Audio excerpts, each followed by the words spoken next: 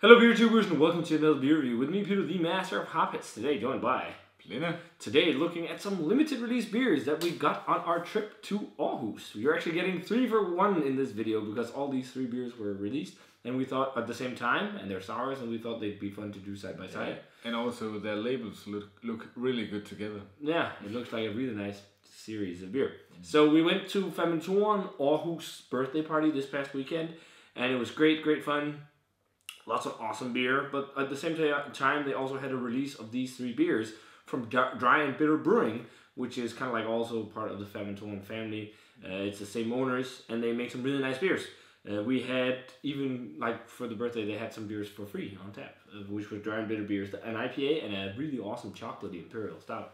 Yeah, and we reviewed those as well. So yeah, we did. The first beers in the video, in the road video, so from the event, which should have been posted by now, I think. But this is the series of sours they've done. They're barrel-aged sours that sound really awesome. We've got the Dry and Bitter limited release series, and this is the Lapse of Reason, which is the raspberry sour.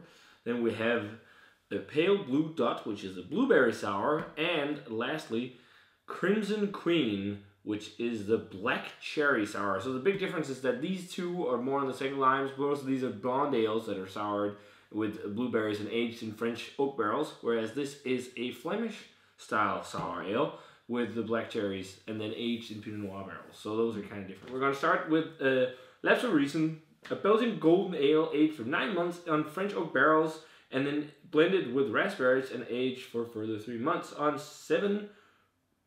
So sounds interesting. So that's the one in the glass right here, and we got it poured, and it's absolutely orange and beautiful. Yeah, it's really orangey, hazy orange. Actually, a bit of sediment. A bit of bits. Yeah, some yeast or something, sediment in the bottom of the glass. Kind of a white head was there when we got it poured, but it looks nice in the glass. It looks like, you know, nice hazy sour beer. So let's check out the aroma on Lapse of Reason. Oh, cherry and funk. Actually, it's quite funky, more so than I expected. Cherry? You mean or cherry, raspberry, sorry. Yeah. But raspberry and more funk than I expected. Let's try it. Oh. Cheers. Cheers.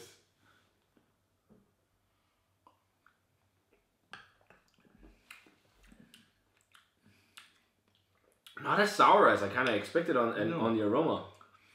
Very dry. The mouthfeel though is very chewy, kind of. Yeah, like, chewy. Yeah. And it kind of makes the whole thing taste like gummy bears. I can kind of, the red gummy bears. Yeah. I can see that. Yeah, it's like a candy cherry or cherry raspberry type flavor, and I think they're actually kind of like a raspberry or strawberry. Yeah.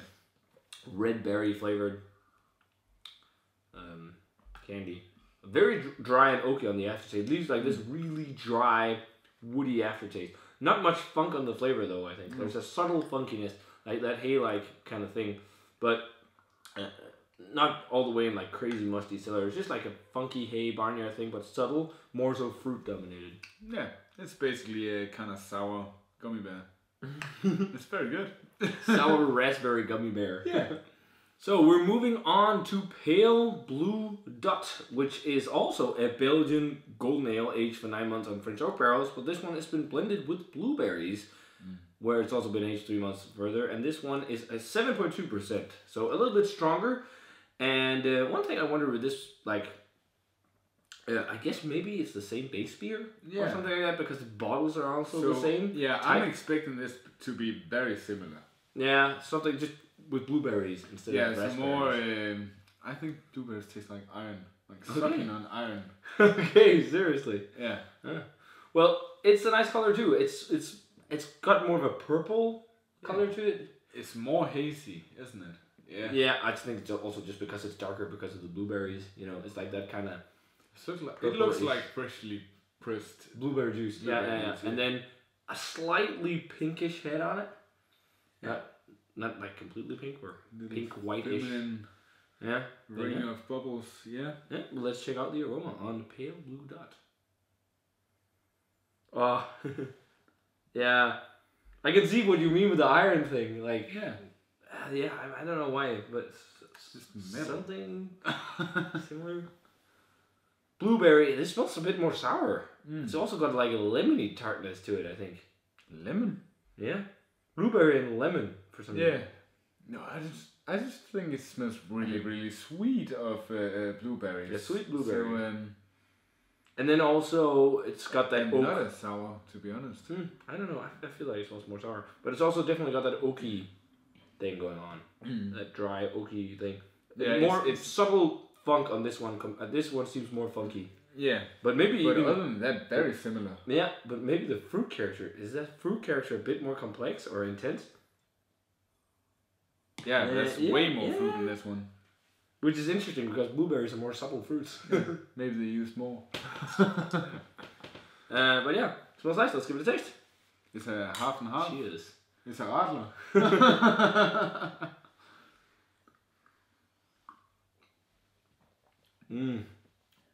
Oh, that is way better. Yeah, that's really nice. Oh, I love the blueberry. This tastes like blueberry candy. It does. There's a candy theme going with these. Oh, and then on the aftertaste, there's like this sharp sourness lingering on the top of the roof of your mouth. Yeah, I think this one is better too. This is better than the raspberry one. The Lapse of Reason.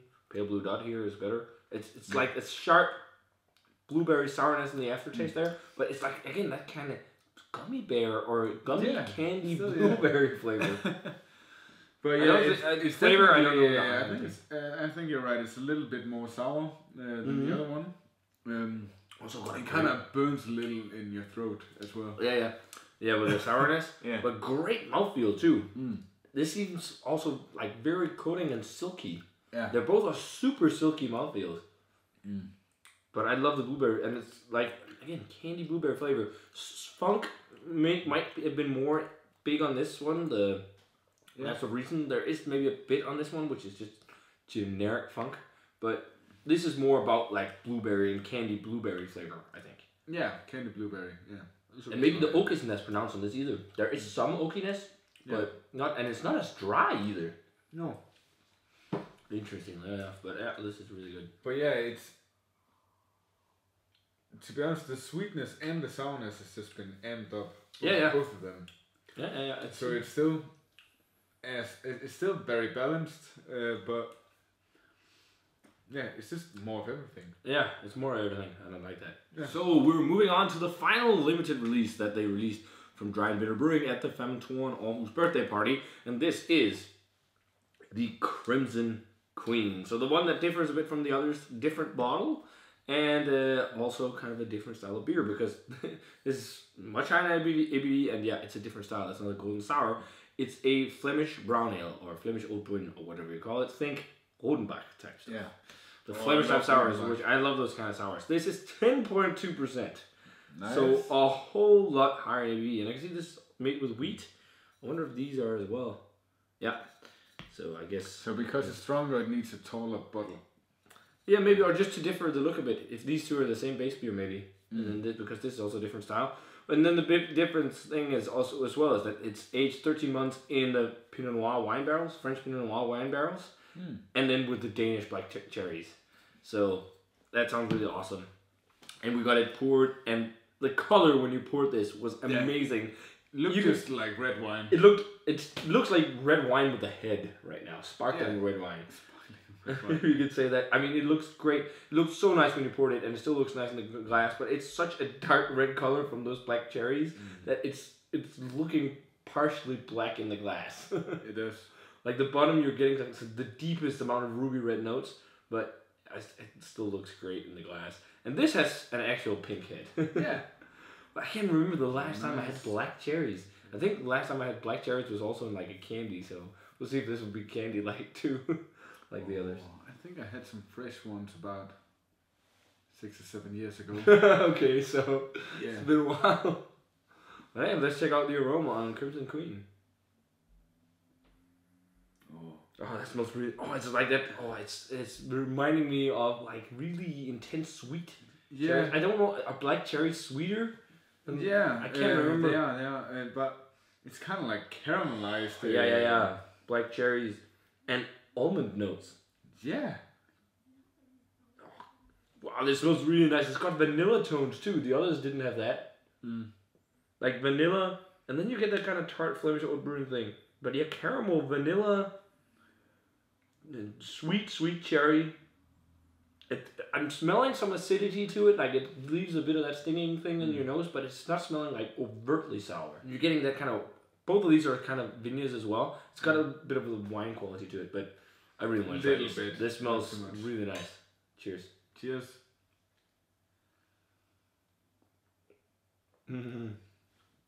Oh, that is fucking ace. Holy shit. Oh man, that is such an awesome sweet cherry flavor. Sweet cherry and vanilla with sourness. The balance on these though are pretty good. Like it's sour, but that sweetness of like a sweet cherry flavor cuts it, and the aftertaste is like dry red wine. But it's actually it doesn't taste like caramelized. It's more like syrup. Yeah. Almost like you get the Amarone cherries or whatever in that glass, like in the syrup, for toppings of. Those, yeah. Almost like that, something like that. I don't know if an Amarone cherry is black or it's like sweet cherry, and I think the vanilla flavor comes from like cherry pits or pips or whatever they're called, like the seeds of the cherry, because they can have a slight, almost like a tanniny vanilla-ish quality. Because I'm getting vanilla notes. It could also be from the wood, but then This kind of reminds me of a cherry wine we have here in Denmark from Frederiksdal. Frederiksdal. Yeah. Maybe that's where they got the cherries from. And the thing is, I'm almost getting a cinnamon type note. Usually when you have, this one tastes of raspberries and this one tastes of blueberries, but this one actually tastes like eating actual cherries. Eating an actual cherry, yeah. It's kind of mind blowing. And then the sweetness is there as well, and that syrupy caramel thing. Not syrupy as in like sugary sweet, but like as almost like a caramelized type cherry in a pan thing. And then it's got the vanilla note, it's got a dry oakiness, and then it's got that red wine vinous aftertaste and dry woody oakiness. This is not funky at all. No. But it's like just complexities of sourness and different types of flavors. I can already say that this is my sour. No, either. No. But it doesn't have to be.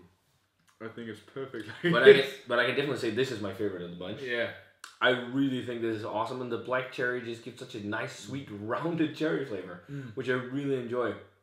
And the mouthfeel on this is great too. It's like that kind of both. I'd say all of them like higher side of medium, but it's like that kind of pillowy, chewy mouthfeel.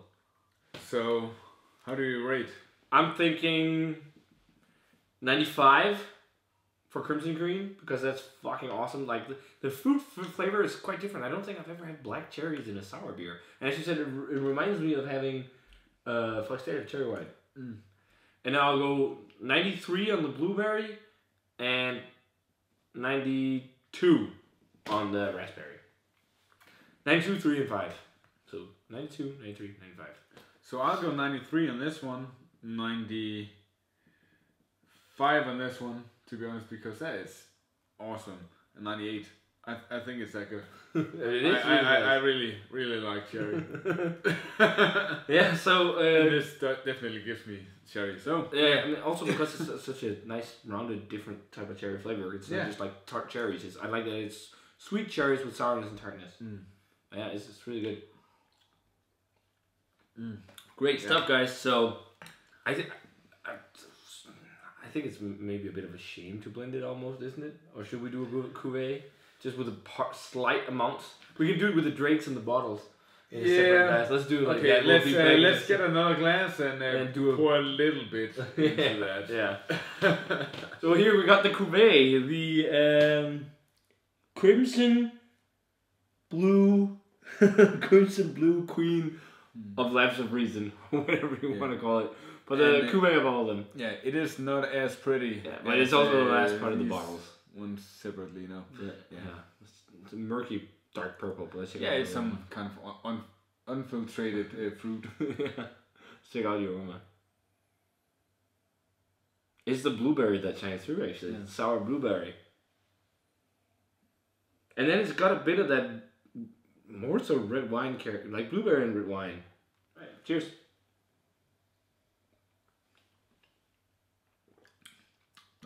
No, I prefer them on that one. It just turns into a mishmash of generic berry flavor. Mm. The berries don't stand out. No. And then it's just, yeah. It's a huge mess. Yeah, I mean, these are balanced as all hell. Yeah. This is just mishmash. But yeah, still, great series. Great job for the first limited run of beer from Dry and Bitter Brewing. If you guys get the chance, I know this will go on sale in stores around at least Denmark. So keep an eye out for them. I don't know when, but they will pre-release that Fermentoren. So if you get the chance, or if you've had either the Lapse Reason, Pale Blue Dot, or Crimson Cream by Dry and Bitter Brewing Company, definitely let us know what you thought of the beers. Really nice sour beers, and really good job for the first, sour beers from these guys, at least. To be honest, I think these are exactly what they're supposed to be. Yeah, I agree. Yeah. Really, really nice stuff. Well done for sure. So, if you had any of them, guys, let us know what you thought of them. And as always, remember to comment, subscribe, check out the Facebook fan page and Twitter and Instagram. Give this video a thumbs up if you enjoyed it. And we're going to say cheers. And some delicious... Yeah, what to choose. I went for my favorite. So, cheers. And see you guys in the beer review.